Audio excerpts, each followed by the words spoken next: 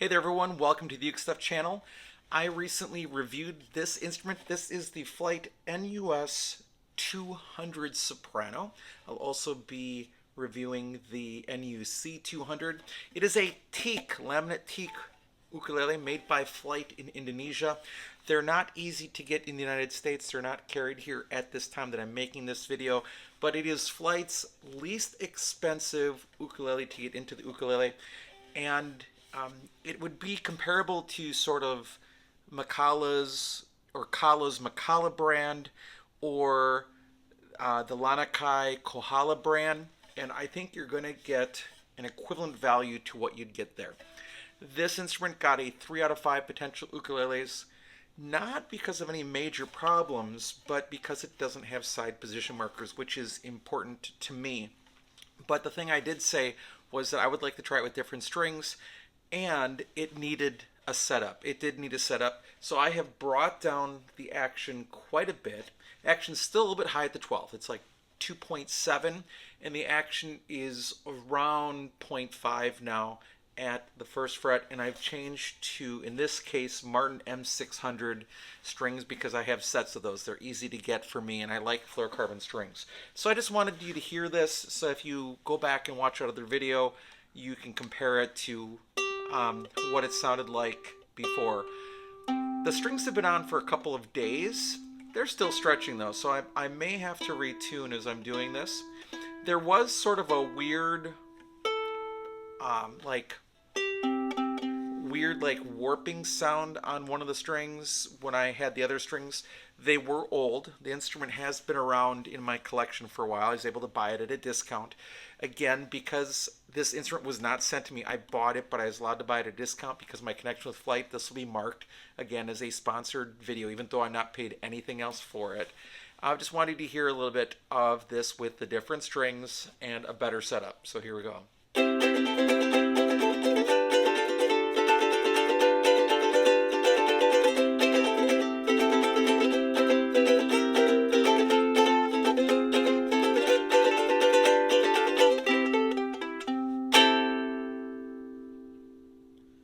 A little for release.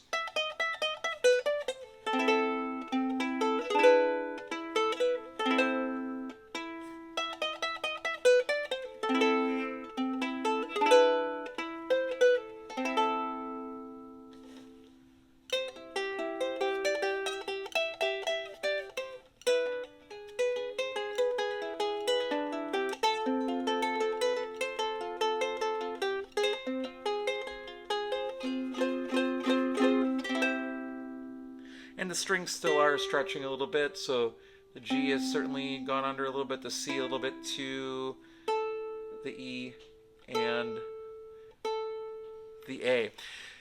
Again, just to remind people, all the time I hear from people, my ukulele doesn't hold tune. It will. The strings will just keep stretching for a while. They're made out of a stretchable material, and it makes sense that it's going to take time for them to settle, but they're already holding pretty well. It's not quite of a loud sound with the fluorocarbon strings. Let me get the right spot.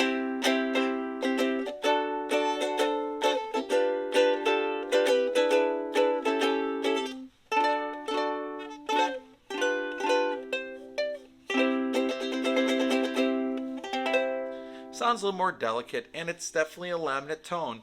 But here, then, you end up with an instrument that I think is on par with, like, the Macala MKS model for sure.